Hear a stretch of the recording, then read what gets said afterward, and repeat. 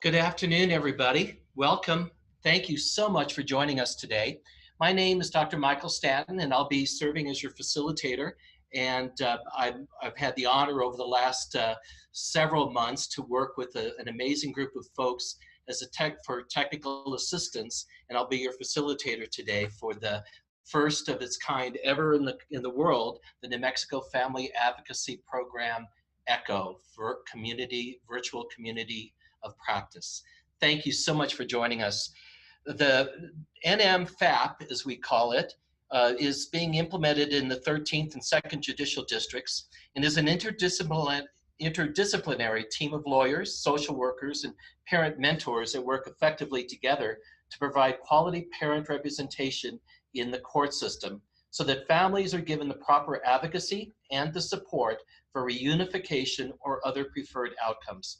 Participants in our community of practice will receive professional development from experts and early adopters of the NM-FAP model. At the same time, you'll learn best practices and collaborate to solve complex issues of providing quality parent representation in the court systems. Again, thank you for joining us. And as it is, we'll be getting used to an agenda and format, and we're going to begin with introductions here at what we call our hub, where we're communicating with you today from the University of New Mexico's law schools, one of their courts, kind of a court classroom office up here on the 3rd floor. So we'll start with introductions on my far right with Laura. Hello, everybody. I'm going to be your technical support. If you have any questions, you can chat with me. You'll notice that there is a chat button, which will open up a chat window. It's on the bottom of your screen, your Zoom window.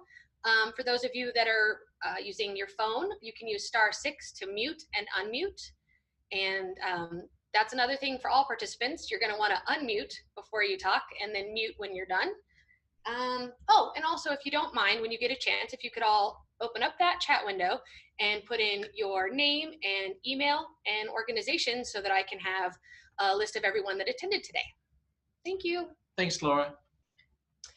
Hi, I'm Leslie Jones. I am an attorney, contract attorney in the 13th Judicial District. I was one of the attorneys in the pilot program for NM-FAP, and I am now the attorney mentor for the program.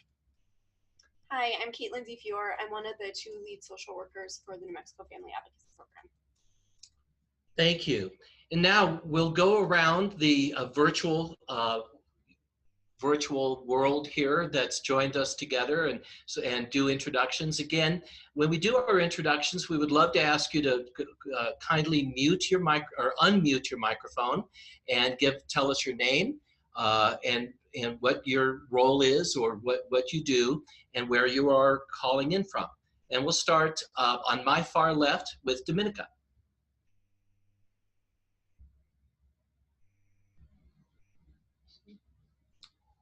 So Dominica, there you go. Hi, I'm Dominica Montano. I'm the Clinical Services Coordinator for the 13th Judicial. I was a part of the original team that was trained in New York, and I met Jill Cohen there about 6 years ago. That's me. Hi, Jill. Thanks, Dominica. And Jill, would you like to go ahead and introduce yourself? And we'll do a longer introduction here in a few minutes. Hi, everybody. I'm Jill Cohen. I'm calling in from Boulder, Colorado today. I am a social worker. I work in Colorado at the Office of Respondent Parents Council. And as Dominica said, I have in the past worked at the Center for Family Representation. And I think I met a bunch of you when you were doing your pilot there some years ago, and then maybe more recently in Chicago. So I'm happy to see you all again. Thank you, Jill. Glad you're with us. Christy, would you like to introduce yourself, please? Hi all, I'm Christy Fields. I'm a lead social worker for New Mexico Family Advocacy. Thanks, Christy. Chester, would you like to unmute and introduce yourself, please? I enjoy mute better. Chester Miller, I'm from Farmington, respondent's attorney. Welcome, Chester. Thank you so much for joining us. And Rick, hopefully you're having a great lunch there, which is great. I'm glad at the noon hour, everybody's taking advantage of multitasking. If you would like to introduce yourself, Rick. Thank you. Lunch is delicious. My name is Rick Barenbaum, and I'm a social worker. I'm also formerly of the Center for Family Representation, and now I do a number of different types of work and consulting in Michigan.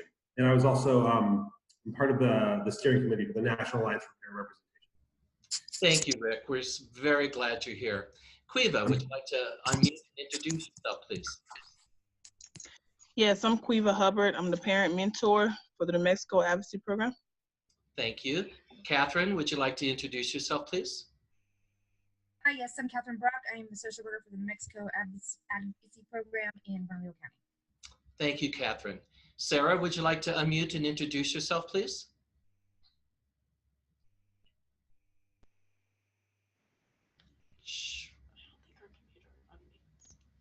She may not be able to hear us right now.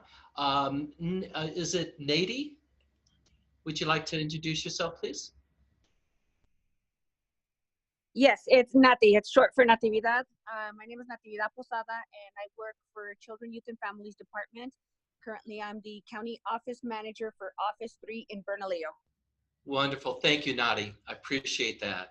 And Haley, would you like to introduce yourself, please? Hi, I'm Haley Taylor. I'm in Los Lunas with Client Support Services. Thank you. Now I have on my screen another identified name of Christy Fields, but I don't think that is Christy. Good afternoon, folks. My name is John Sanchez. I just used a link that Christy had sent me. So I also work with New Mexico Family Advocacy Program and am acting as Christy today. There's two of us. We changed your name, John, so we have it right now. Thank you. And John, would you like to introduce yourself? John Duran, please. Yes, I'm John Duran. I'm a respondents attorney, well, former respondents attorney, I should say, in Albuquerque. Welcome, John. Thank you for being here. We have a number of folks. We would love, while we're doing introductions, if you have a chance to just turn your video on. It's in the bottom left-hand corner, and that would be great. Thank you, Julianne. Go ahead and introduce yourself.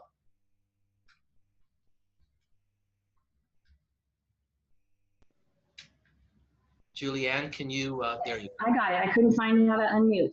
Julianne Leonard. I have contracts in the 5th District, which is Roswell, and the 12th District, which is Otero and Lincoln County. I serve as a GAL, a youth attorney, and a respondents attorney in various locations.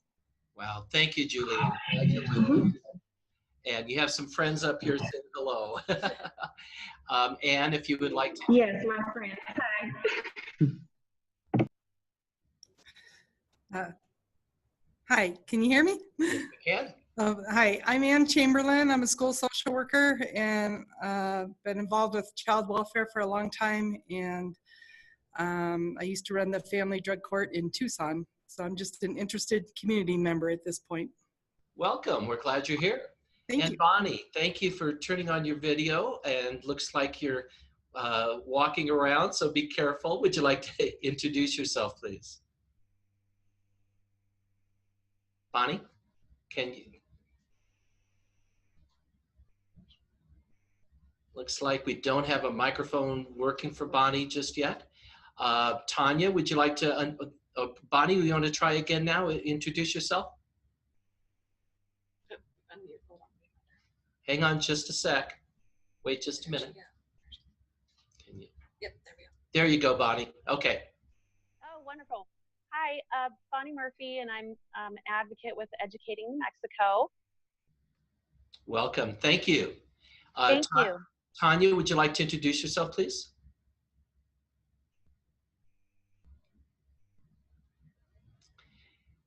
Again, as we go through introductions, we have another Christy Fields, looks like. If you could turn on your video for just a moment, everyone. While we're doing introductions, if you would like to unmute and introduce yourself.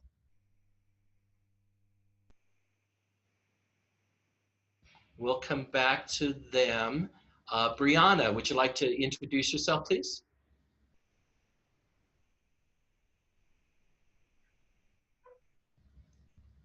We're still working on getting, there we go, Brianna. Can we go ahead?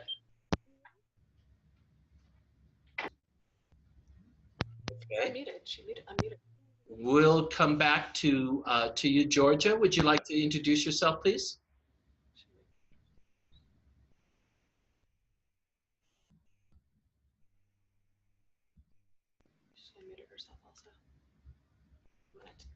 Okay, Angie, if would you like to introduce yourself, please? Hi, can you hear me? Yes, we can. Hi, I'm Angie Schneider. I am a district judge in the 12th Judicial in Lincoln and Otero County. My court's in Alamogordo, and I preside over all kinds of cases, but child welfare dependency cases as well. Thank you so much. We're glad you're with us, Judge. Thank you. Kate, would you please introduce yourself?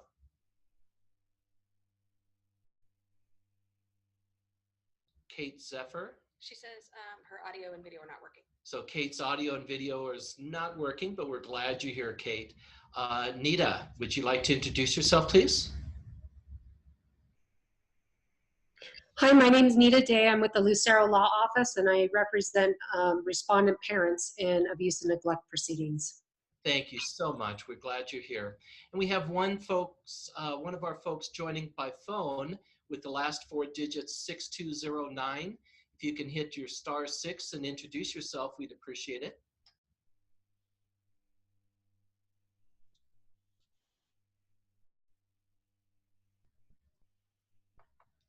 We will come back. Hi. Go ahead. Can you hear us? Yes, we can. Oh, great. Hi, everyone. This is Corey Griffith. Sorry we don't have video today. I'm the program manager for the Family Advocacy Program, and I'm here with Sarah Jacobs. We're both here at the AOC of Santa Fe. Great. Welcome. Thank you, Corey. We also have another folk joining us by phone, 6209, last 4 digits, if you'd like to unmute and introduce yourself. *6. Hi, this is Jessica Irwin and Megan Gonzalez. We're permanency supervisors with CYFD in Bernalillo County. Oh, wonderful. Thank you for joining us. One more phone number, last 4 digits, 7173, please.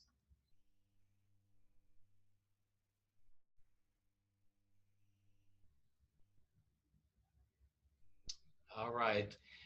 Folks, we really appreciate, as we build our community of practice throughout the course of the weeks and months ahead, as we meet and come together with our professional learning opportunity. It may have taken a few extra minutes for us, but we'll get all of us, including us here at the Hub, a little bit more confident and comfortable with video and muting and unmuting. But that community of practice of coming together is very important, and we appreciate that. One quick announcement, please remember to review the ECHO invitation that Laura, who's our ECHO coordinator, she sent out to you for links to resources, a copy of this PowerPoint presentation, and to other slides and important information, as well as the case presentation, which you'll be seeing here in a short while as well. You'll also be able soon to review the session's recording. We're recording these sessions up to the point of a case that they may possibly disclose an individual case presentation. We won't record that. But the workshop and our general case presentation of a general issue or challenging dilemma will be recorded for us to review and come back to as well. Or if you happen to miss for whatever reason in the weeks and months ahead, you'll be able to come back to that. And again, one last announcement. Thank you all for joining us.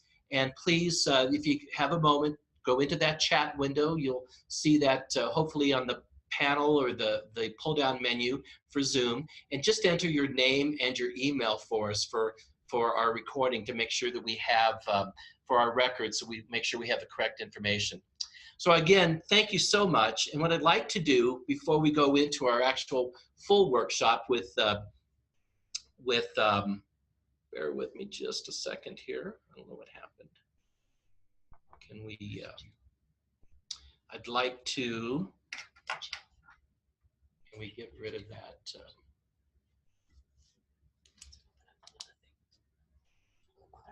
Oh, I'm sorry.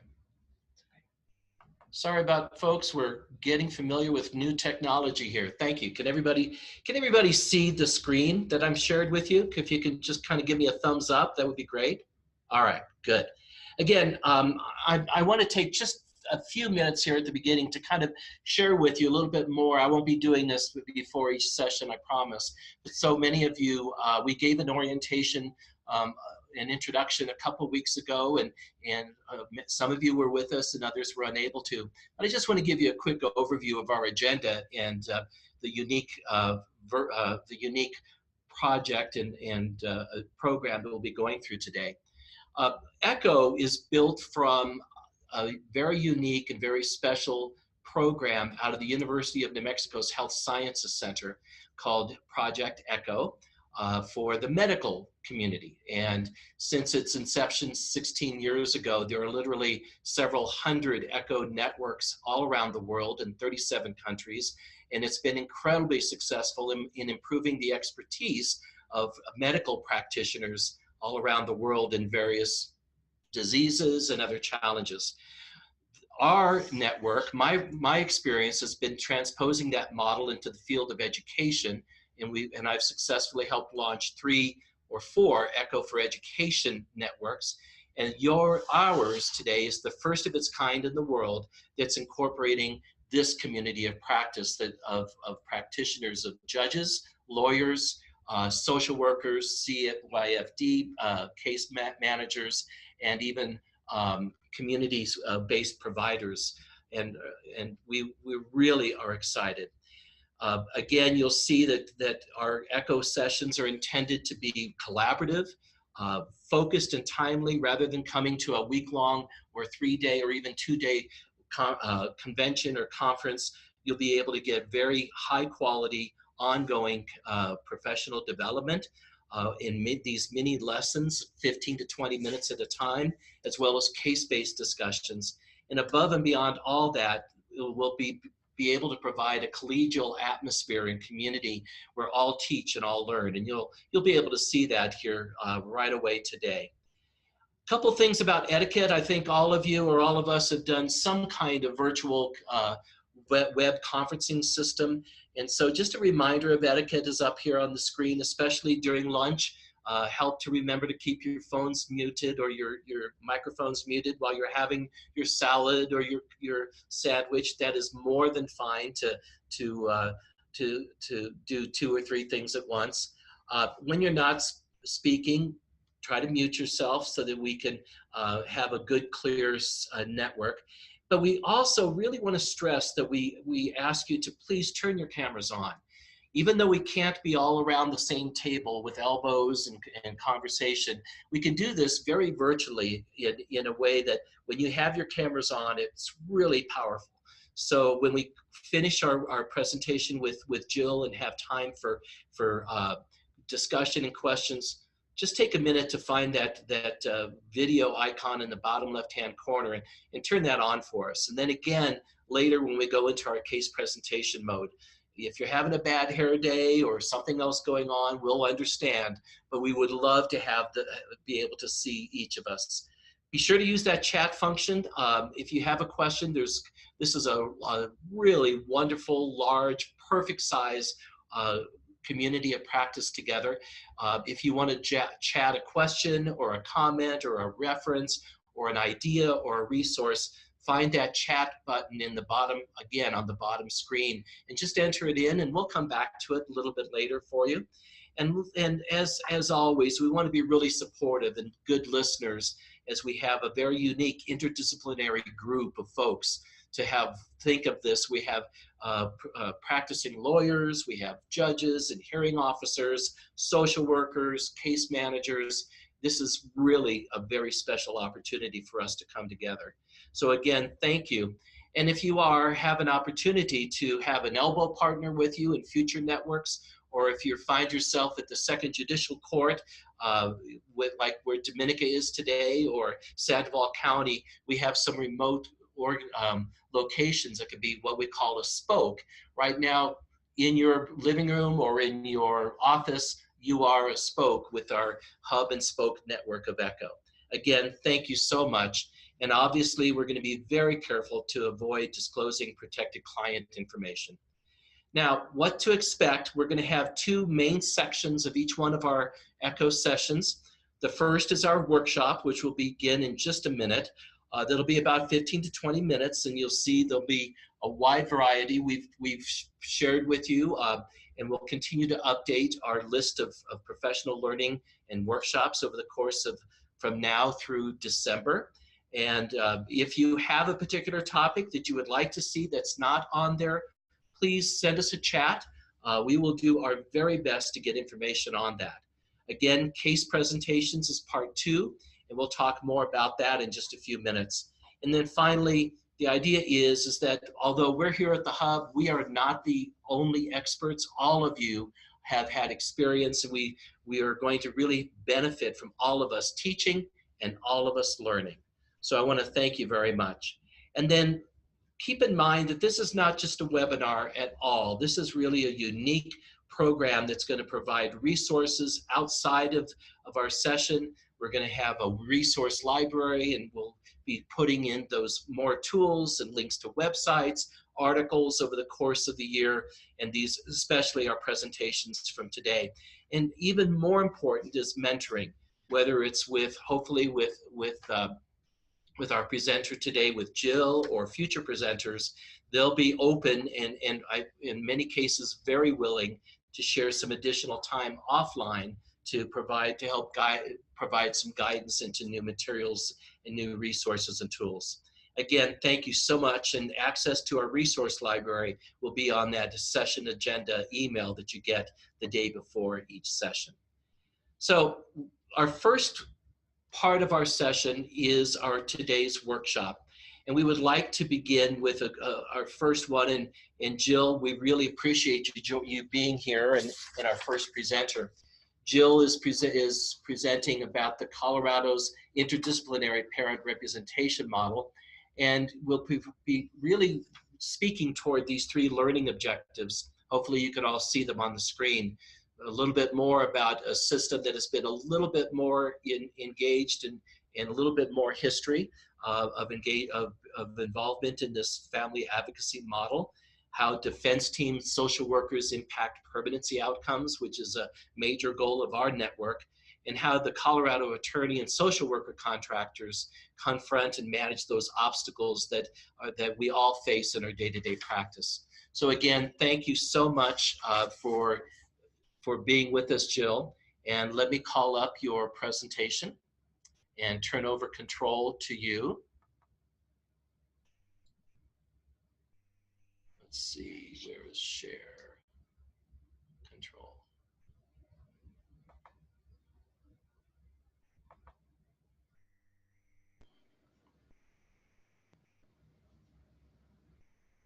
I've lost my... Oh, Jill, I'm sorry to do this, but I've lost the icon that I had earlier, and I apologize for that. Let me see if I can, if it comes up here. So Jill, I apologize. I'm going to need to run your presentation for you.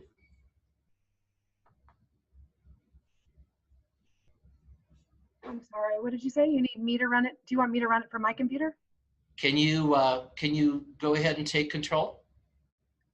All I see right now is the 4 of you. I do not have a screen with a presentation on it. Oh, I see. My mistake here. I skipped. Okay. I don't know. All right. Sorry Okay. about that, folks. Thank you for your patience. Okay. And we're back on track. So Jill Cohen is the Director of Programs at Colorado's Office of Respondent Parent Counsel. And the ORPC provides legal representation for indigent parents in child welfare cases in Colorado. Jill works with social workers and forensic experts. She provides case consultations to respondent parents' attorneys and participants in training and policy initiatives to improve parent representation in Colorado. Jill spent more than 12 years helping grow the pioneering interdisciplinary parent representation practice at the Center for Family Representation in New York City. Jill obtained an MSW from the Hunter College School of Social Work and a BA from Barnard College in New York. Again, Jill, thank you, and I'll turn it over to you. Okay. Hi, everybody. I'm Jill Cohen. I'm very happy to join you all today. I'm a social worker, and I'm also a director of programs at the Colorado equivalent of the New Mexico Family Advocacy Program. I've met some of you over the years, which is great. And I'm going to start off by trying to get to the next slide. Let's see.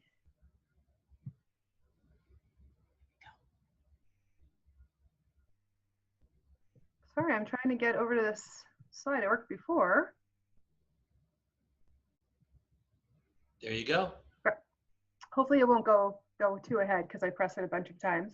But I'd like to give you some context for the parent representation model in Colorado so we can see what may be overlapping with New Mexico. We are similar to the contractor model out of Washington State, though I personally do have more experience with the institutional model of representation like the one in New York City. So I can refer to both when it's useful and do some comparisons. The Office of the Respondent Parents Council was created in 2016 to address what was then a very flawed system. Prior to 2016, judges would appoint counsel to parents from a master list, approve bills for those attorneys, and sometimes appoint experts to their cases, maybe one at the termination stage. Most of those attorneys were paid a flat fee of less than $1,300 for 2 years of work on a dependency and neglect case, though there were some rural counties that were able to pay hourly. So our office is an independent state agency. So now we administrate all payments, we recruit and renew all attorney contractors.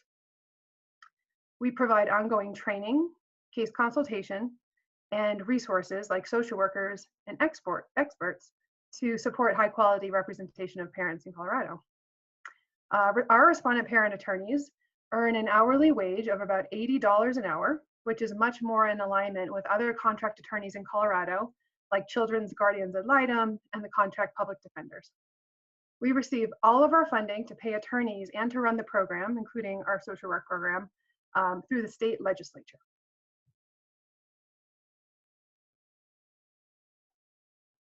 I think my slides go a little slower, so I'm a little delayed.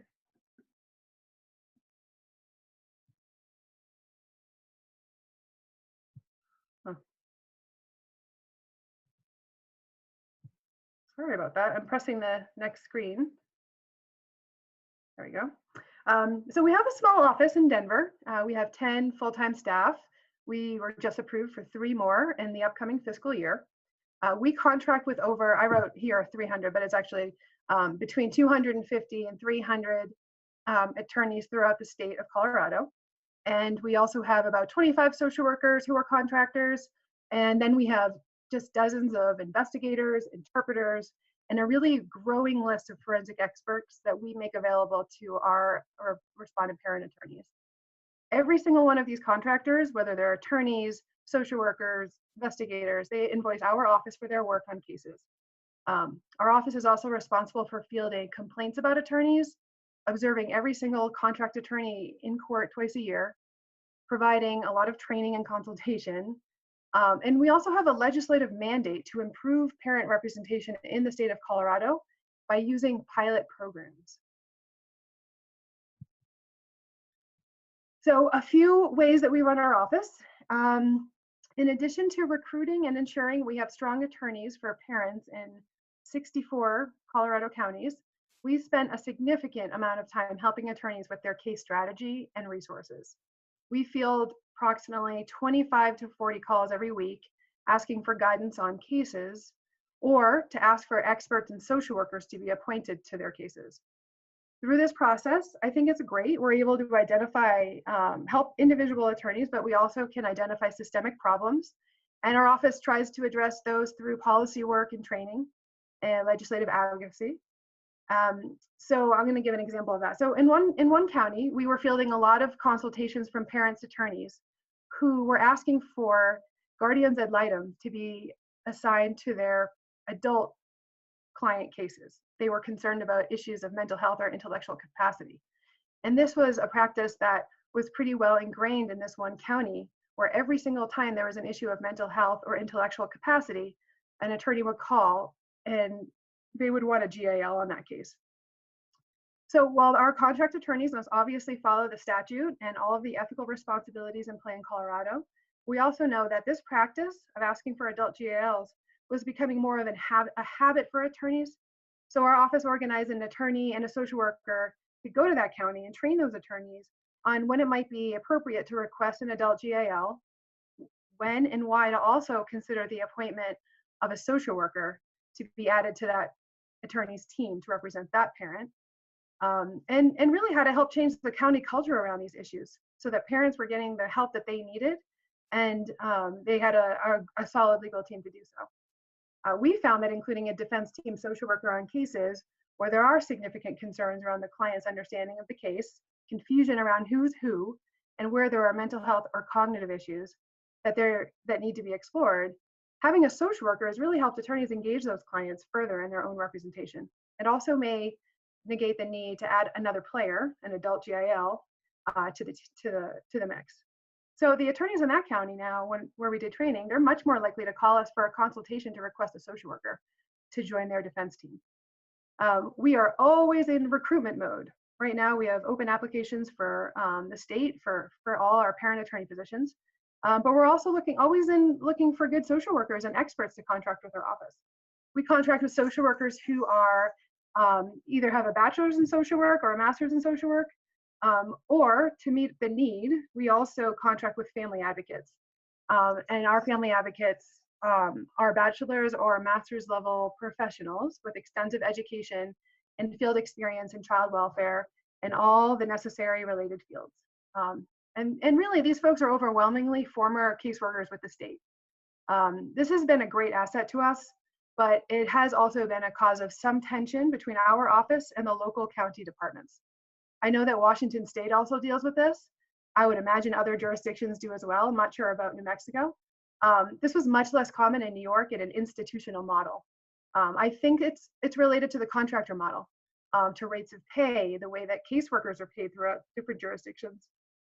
And in the institutional model, where you have staff on site, supervision on site, you can contract with less experienced professionals because of that built-in support. But I think in Colorado and perhaps in New Mexico, I think the contractor role it can be appealing to folks who have a lot of experience and are looking for, maybe they're exhausted by the bureaucracy and just the challenges of maybe a caseworker having to work and be available for removals late at night, versus somebody who may feel like they want to work independently for a better hourly rate and having more of a work-life balance.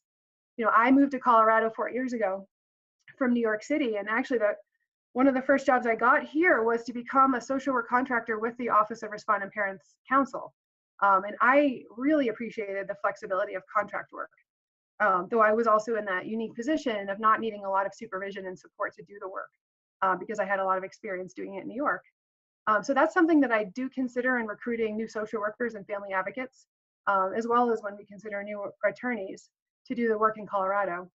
Because of the level of independence required to do this work, we really look for people that have a lot of experience and a lot of confidence. If an attorney does want to work with a social worker on their defense team, they do have to consult with our office first. It can be a bit time consuming to do a consultation, but it does ensure that their requests are timely, appropriate, and it really provides us an opportunity to educate the attorney about the resources available. So it could be that an attorney calls up and thinks that they want a bonding and attachment expert for their termination hearing, and ends up with a defense team social worker after the consultation because what they need isn't what they thought they needed isn't what they felt that they needed at the end of that call. And really, since I started fielding requests for social workers to be added to the legal defense team, I can see now that attorneys are calling earlier to ask for a social worker. And they have a much better understanding of how a social worker on a legal defense team can impact the case, the permanency, the outcomes, the client's level of satisfaction, and really the attorney's level of satisfaction too.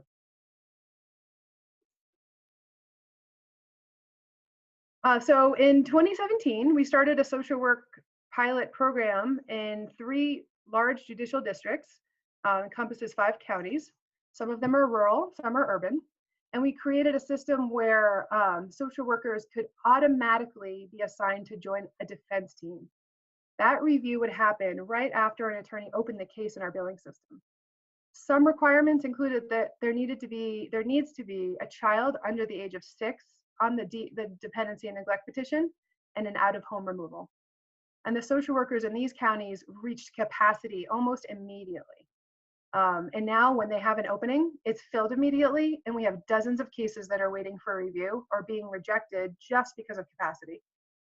We are currently working with a local university in Denver, and they are evaluating our program and the outcomes. And we hope to expand the program to many more counties in the months to come.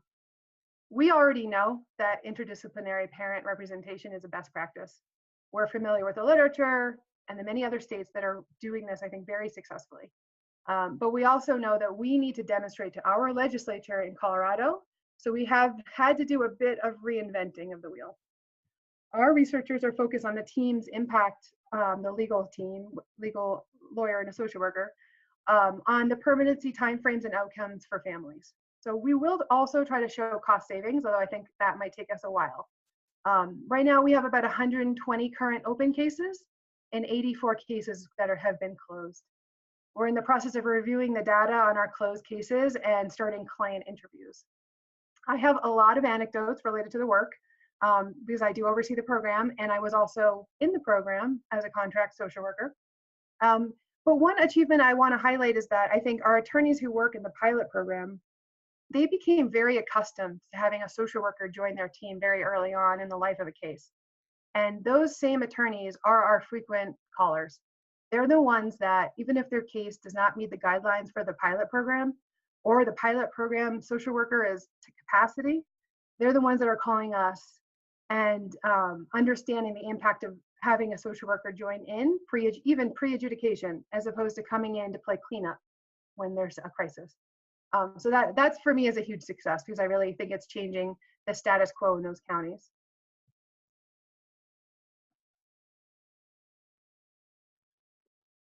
I wanted to include this slide on feedback because I thought you may be facing similar successes and challenges in different New Mexico counties.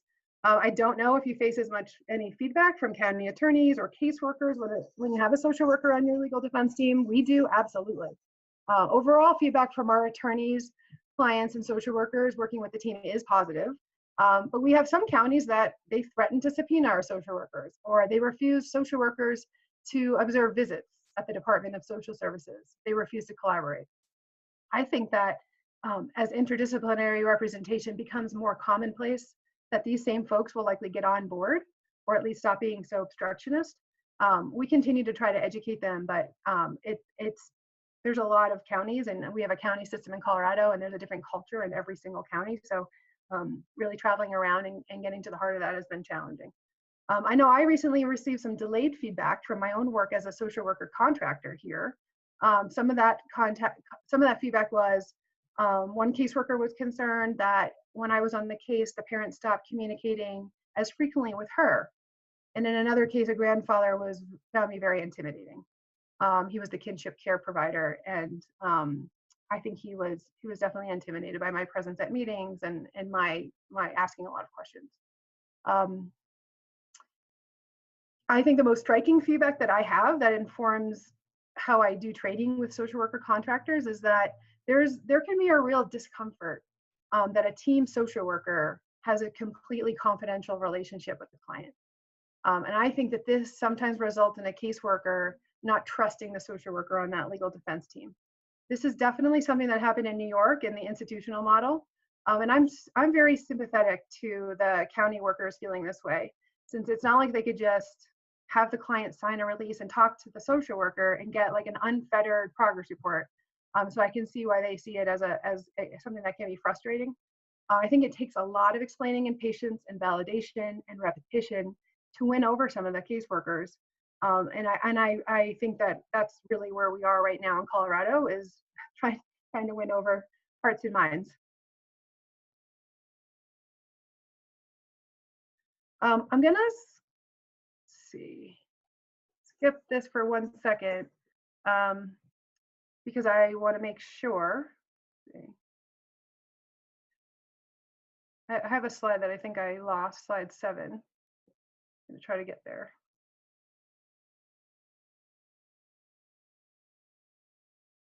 Because I want to leave time for discussion, but I really want to go over this one slide. I can't find it. Huh. I thought I had a slide that I sent you all that was called Attorneys Social Worker Dynamics, but I don't see it. So I'm not going to spend time looking for it. Instead, I want to talk about some of the challenges. So the model where all the attorneys and social workers are contractors has presented some unexpected challenges from where I sit, especially since I've worked in a model where social workers and attorneys all work at the same organization. First, I think hiring contractors, the hiring process is a really critical role for our office, since these folks are in the field working independently, but they're also representing our organization. Second, the way that contractors communicate with each other is also very independent, not something that we can exactly regulate. So we've landed on a model where we use case consultation as a way to get more detailed information about how contractors practice and they work together on teams. And I know for me, the best use of my time is spending time and energy getting to know as many contractors as possible, hearing them, discussing challenging cases, and being a thoughtful and very timely resource for them. So as a result, a contractor will call us when they have a problem, even though they don't have to. So in an example, an attorney requested a social worker to join the team with a lot of urgency. I made a lot of calls to get the social worker to agree to quickly get on that team. But then the attorney didn't communicate with that social worker or send her the necessary materials in a timely way. So now the social worker feels like she has to operate in a vacuum. She's got she has her marching orders, but she doesn't have any of the information. So the social worker called me, and I could follow up with the attorney, but also I could role model how to manage this communication issue. And I think it helps that I've been on their side of it. They can trust I'm not going to micromanage that relationship. That's not in anybody's best interest. So in another example, an attorney called to ask me to switch the social worker on their team. This is not something that we would have done at CFR in an institutional practice. And so I had not confronted it in our model up to that point. But in the contractor model, well, I felt more pressure to please that attorney and consider the change. After all, the social worker contractor is not our employee. I can't manage her work or tell her what to do differently. So because I had developed a strong relationship with the attorney and had worked on cases with her, I felt comfortable distilling what was going wrong on their team. I offered to join in a conference call between them to discuss the ongoing communication issues and the case strategy going forward. The social worker contractor was open to feedback and how she could work differently, and the attorney felt like she could continue to work with the social worker and be more candid about her expectations. I think they both felt supported. We didn't have to make a switch. But it's as close to supervision as I feel like we can get in this model. It's time intensive, but I'm hoping that the upfront work of connecting with contractors and helping to create a community for them, that will allow contractors to seek consultation like that. And we can gather that information to inform how we do trainings too. Our social worker community is really in its infancy. That said, I recently offered to do group supervision in Denver for as many social work contractors as could come. And the response was really overwhelming. 14 people showed up. A lot of them traveled from 2-3 hours away to meet in person. For some, it was because they wanted to meet me in person for the first time, but they were also pretty desperate to meet other independent social worker contractors who are working in the field doing this work. It's new to Colorado, so nobody has a lot of experience working alongside parents' attorneys. They felt isolated and lonely. We created a listserv, we share resources, we try to meet regularly, but it's hard. And we're gonna, this year we're going to invite all of our social worker contractors to our annual conference that we require all of our respondent parents to. I think I'm gonna end with telling you I have a couple of goals for our social work program. First of all, we don't have parent mentors, which is super disappointing.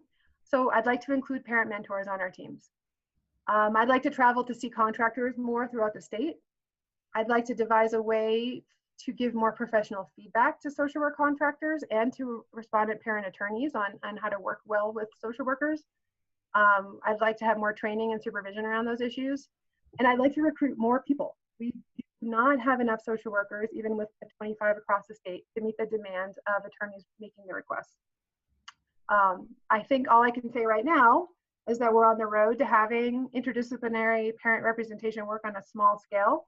And I look forward to, bringing it to scale and having it be just the way that respondent parent attorneys work in Colorado. And here's my contact information. I would really love to hear from people. I basically talk to people on the phone all day long, so and email people. So feel free to, connect, or I'll be at the ABA conference if anybody is going to be at the parents conference, and I'd love to see you. So I'll see you there. So yeah, call me. Thank you. Thank you, Jill. We really appreciate. We are running a little long on our workshop time, but we still have a couple minutes for any burning questions. You can also, if we run out of time, put a question for Jill or a comment or something into the chat window, and we'll make sure that we forward it on to Jill beyond this time limit. During this time, if you would just turn your videos on so we could see you, and you could just kind of wave your hand, and I'll call on you, and again, introduce yourself by your name and where you're calling from, please. So we'll have a couple minutes for you, Jill, if you can stay with us, okay? Who would like to offer a question, comment?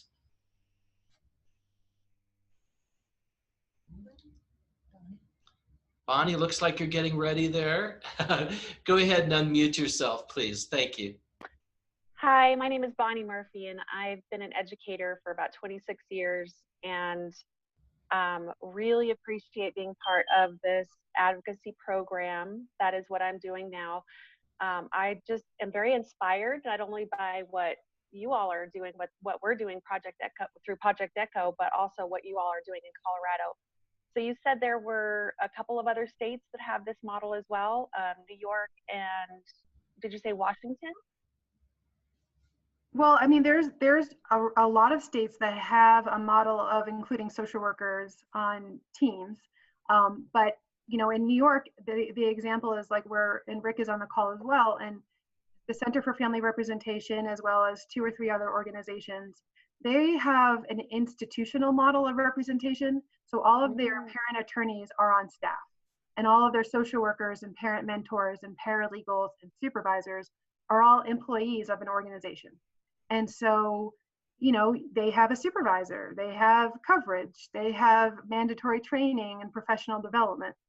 And so now I was sort of referencing in Colorado, and I know it's very similar to Washington State, but it sounds like New Mexico also has a model where all of the folks doing the actual work of representing the parents in court and out of court are doing it as an independent contractor.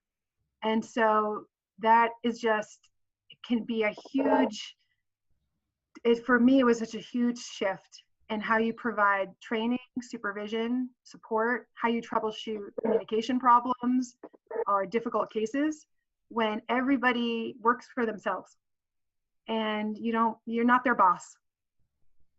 So that was something that I referenced, that Washington State has a similar model, but I think of like the 15 or 20 states that are doing this work, I bet it's split, and that probably more places have a contractor model than have an agency model, but I don't know if somebody else knows differently.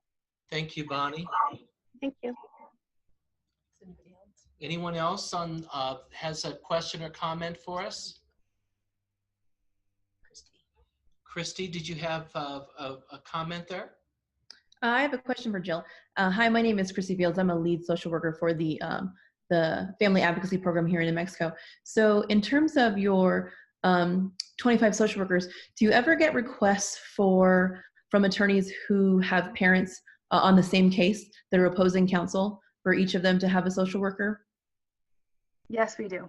And our policy is that a social worker can only represent one parent.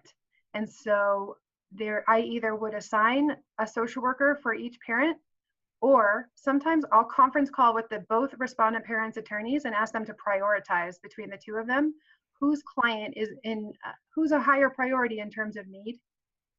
That's when I don't have enough social workers. Like if it's a rural county, it would be very challenging for me to have 2 social workers be on the same case.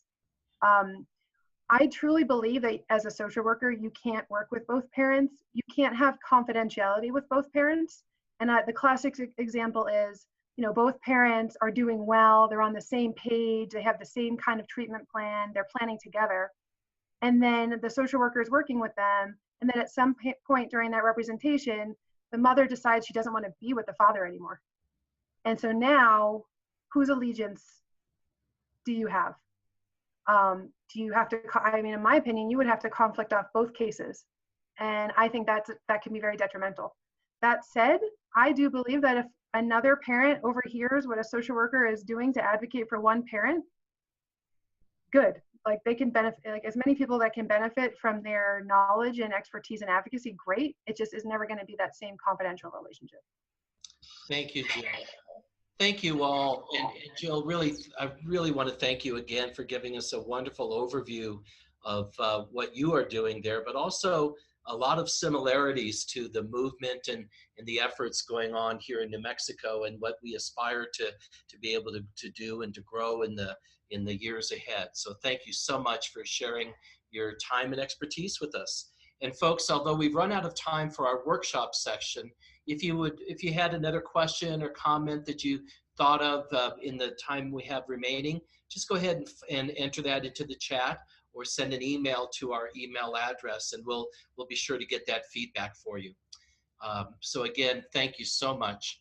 I'm going to now go to, we're going to go to part 2 of our ECHO for our Family Advocacy Project ECHO and present, bear with me as I get to our screen,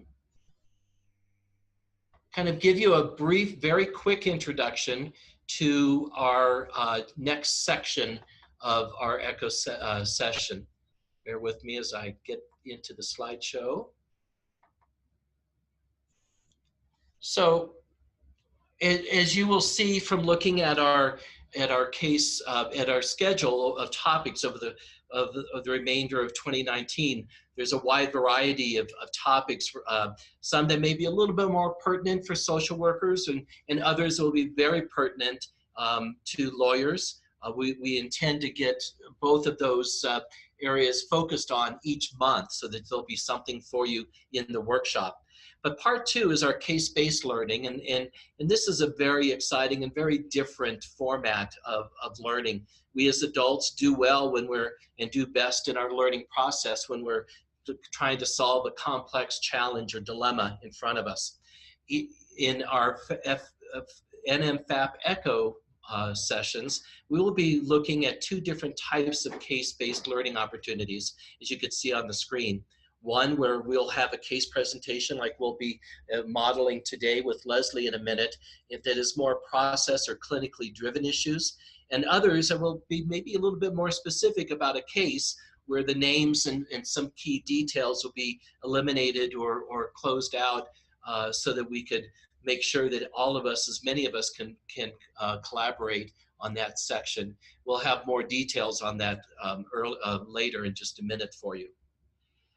How to present a case. We'd like you to start thinking even now of scheduling for, since we'll be meeting every 2 weeks and you've seen our schedule, hopefully, you can go ahead and put your reservation for a particular date and time.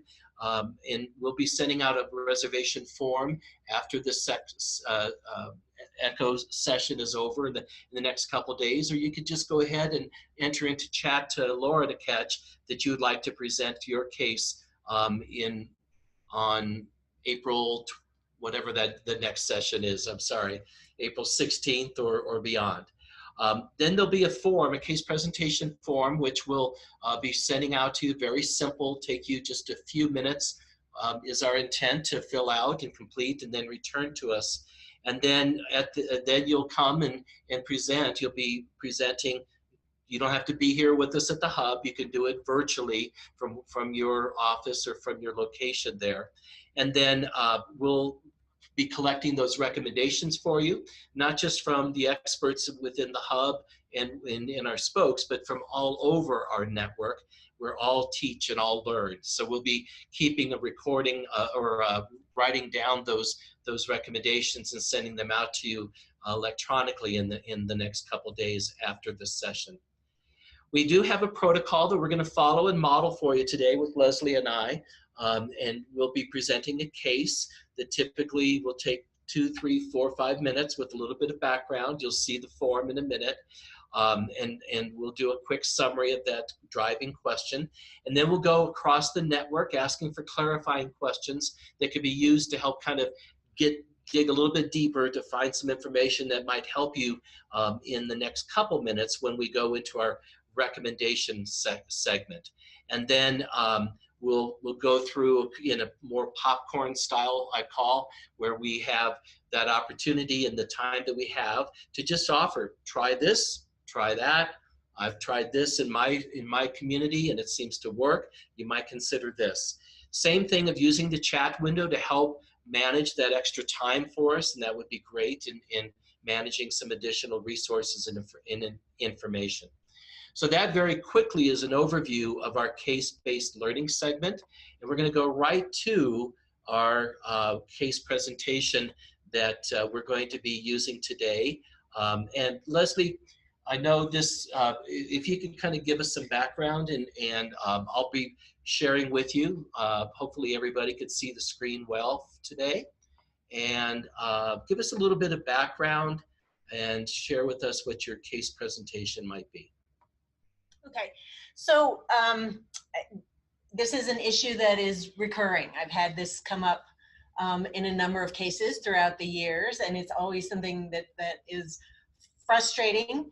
And that is, how do I help a client who repeatedly, when it's the the custody hearing, the pre-adjudicatory mediation, at the adjudicatory hearing, initial judicial review, first permanency hearing, at those events or at the pre-perm conference, at those events, they'll show up and commit to doing everything. They, want to turn things around. They're committed. They're gonna, whatever it is, get mental health treatment. They're gonna go inpatient for substance abuse treatment, whatever it is. And then literally like within a day or two after that event, they've dropped off. I'm not hearing from them anymore. They're not responding to my texts or phone calls. They're not responding to the CYFD or department social workers texts or phone calls. They just pretty much drop off and then show up again for the next event. And so, I often feel frustrated, like there's just kind of nothing I can really do to help that client.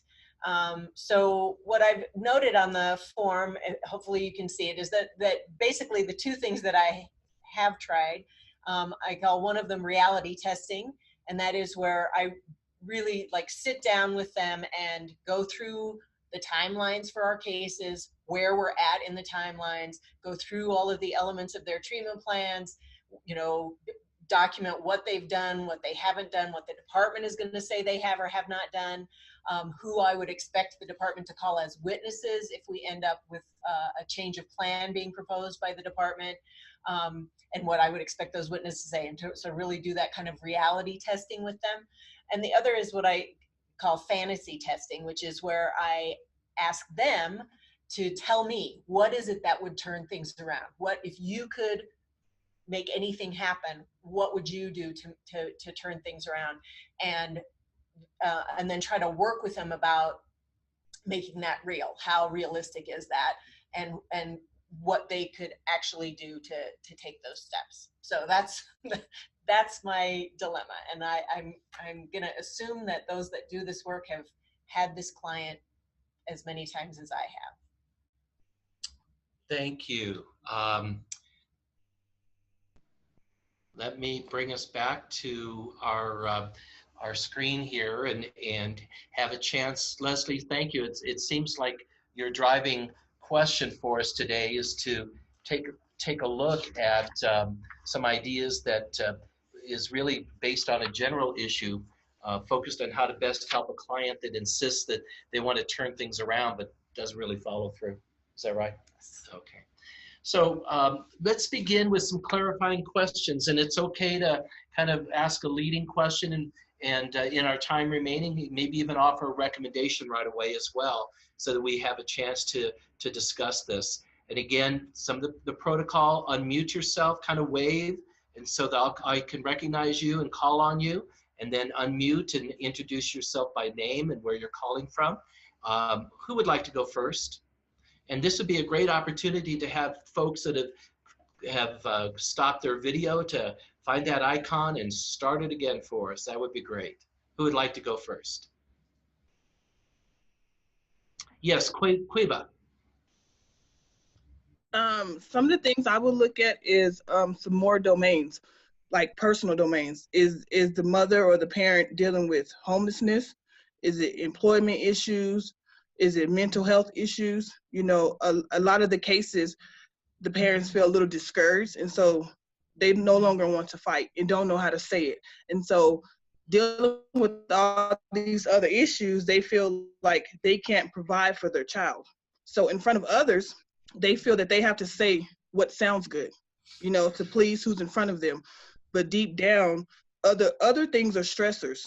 And so you have to look a little bit deeper into what they really need in order to provide for the children. That is just something that I work on with some of the parents that I work with. Thanks, Quiba. Clarifying questions and/or recommendations for Leslie? Yes, Julianne, thank you. So I had put on the chat, but I like the idea of the reality testing. And I've had this conversation with Leslie before, but what we see a lot is that parents, especially with substance abuse, really get it together in month 9, 10, 11. They've been in and out of rehab a couple of times by then, and they really start to get it. And the department's position often has to be, because of their statutory timelines, too little, too late. And so anything that could get the parent to come to that aha moment sooner would be helpful. And what Cueva said, I think, is true, is that, you know, I sit in hundreds of case planning meetings, and the parents are nervous, they're unsupported, and they will say anything at that moment that they think makes them look good. And then they leave and they cannot meet because of transportation, communication, poverty. They can't meet those obligations that they've agreed to in a treatment plan. But they were just trying to look good for the cameras, basically. And so having a social worker who can actually sit down and make that treatment plan fit that respondent and make it where they can actually be successful, I think is key. And we don't have that in the districts that I'm working in. We're a very exclusive instead of inclusive environment. But anything that we can do to have them have that aha moment sooner, so that the timeline or poverty is not what ends up getting them in the end. Thank you. Clarifying questions or recommendations? Bonnie, would you like to go ahead?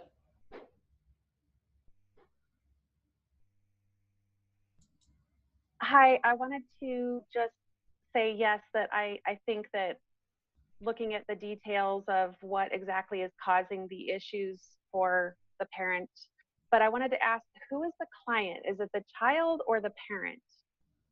So for me, it's the parent. What I'm talking about is when it's the parent who is my client. Okay. So then, of course, my background is education, and so I guess I would want to say, you know, I would want to know what's going on with the child at school, and how is the school supporting the parent with that child's education, or supporting that child's education. Because sometimes I think I've said before, but I see that there's some policies and laws that might be a little bit overlooked. Maybe people don't really know that they're there, and there are things that we can do to help alleviate the stress. And so that child could take the stress, you know, they may be struggling. Is this also, I wanted to ask, is this a situation where the child is not in the home?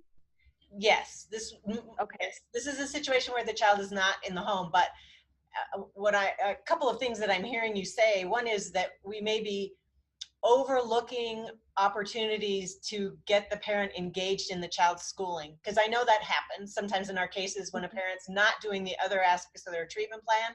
Then the department and others just assume they don't want to show up for the school meetings or whatever, maybe if we can get transportation there to get them there so that they can feel more empowered and more motivated, maybe. I mean, that might be a place to be able to do that, and that maybe we're missing that opportunity.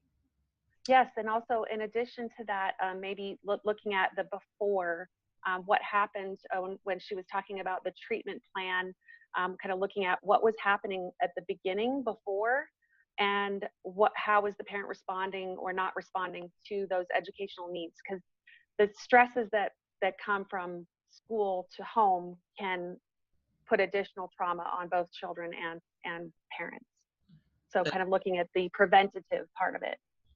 Thank you, Bonnie. And I also want to make note that in a few weeks, I don't have it in front of me, but we'll have a wonderful workshop from one of our regional experts in special education and its impact on the family advocacy model. So you'll want to take a look at that schedule as well. Wonderful. I don't know if I could see everybody, but we have some folks that don't have their video. Who would like to, did I miss somebody that would like to offer? Yes, Jill? I would say that, I mean, I've experienced this multiple times as well. And I mean, Leslie, you must team up with a social worker or a parent mentor sometimes, otherwise you wouldn't be sitting in that chair. But, you know, I'm just thinking about a recent case I had where a parent, I met her not at the department, not in court before her court appearance, and I met her near her house.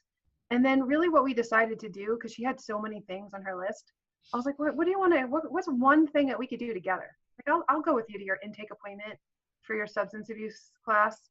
I'll go with you to that first appointment. I'm not going to go with you to every appointment, but it must be really hard to go that first time. And then you'll know how to get there, and you'll know what paperwork you need to show up, and you'll know when your next appointment is when you leave.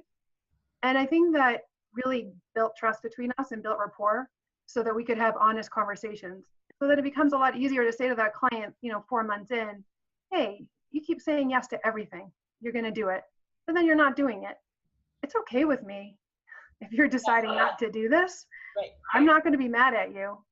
I still want you to be good. I want you to be better. You know, you need to be strong no matter what ends up happening with permanency for your child. Your child's going to need you to be a good person and a good parent. So what can we do? Like, how can we shift the conversation? And that's a reality testing thing. That's what you do, I'm sure, as well. But at least it gives up the parent an opportunity to say, I don't know if I can do this right now. And I am sick of going to the meetings and saying I'm going to do it and then going home and beating myself up over it. And I know lawyers can't go with their clients to intake appointments or domestic violence class intake appointments or to do a UA. But a social worker or a parent mentor could do that a few times and establish that rapport. And then at least that person knows that this person is like really on my side and not just prepping me for court. Thank you, Jill. We have a couple more minutes left in our first round of case presentations. Who else would have a recommendation that we're taking notes of all of these? I can't see everybody visually. How about folks on the phone? If you want to go ahead and unmute here at the end. Haley, I see you waving. Would you like to go ahead, please? Thank you. Yeah, I don't know if this would fall to the role of the attorney, because I know that's what your role is. And I'm hoping that the social workers involved in the case are already using motivational interviewing, but it seems like with parents like that ambivalence is a huge issue that they're dealing with. And I would suggest learning more about motivational interviewing and how to do that to help persuade, I guess, the client into more change talk, as they say in MI. That's great, Haley.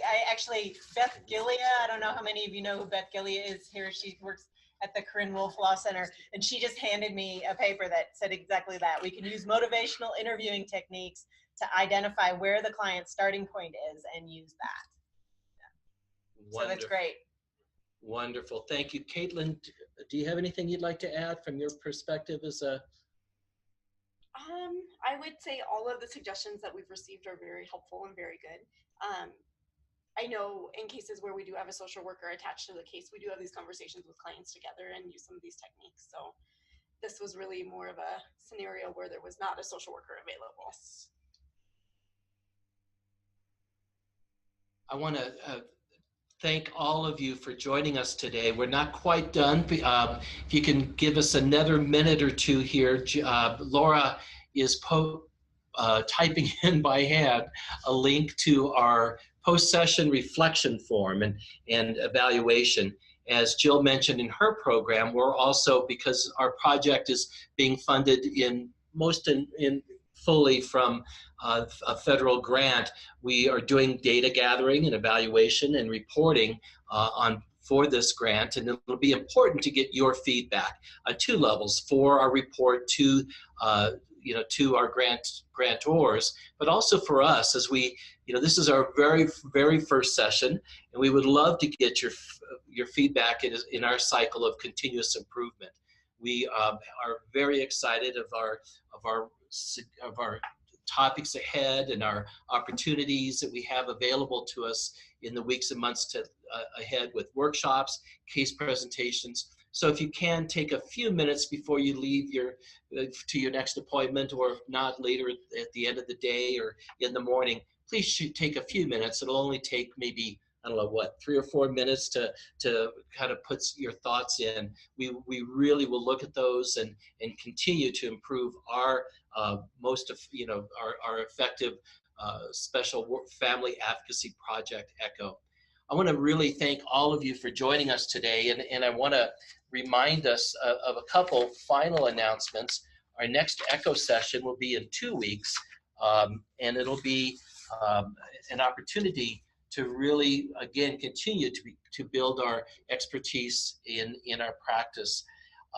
And finally, any last comments from Leslie or Caitlin or other folks? I really want to thank our team, the Family Advocacy Program New Mexico team of Leslie, Caitlin, Christy, Dominica, Corey, that are all, Sarah is online. It's been just this wealth of experts and folks that have worked very hard in the last several months to put this unique professional learning opportunity together for us. So I want to thank all of you.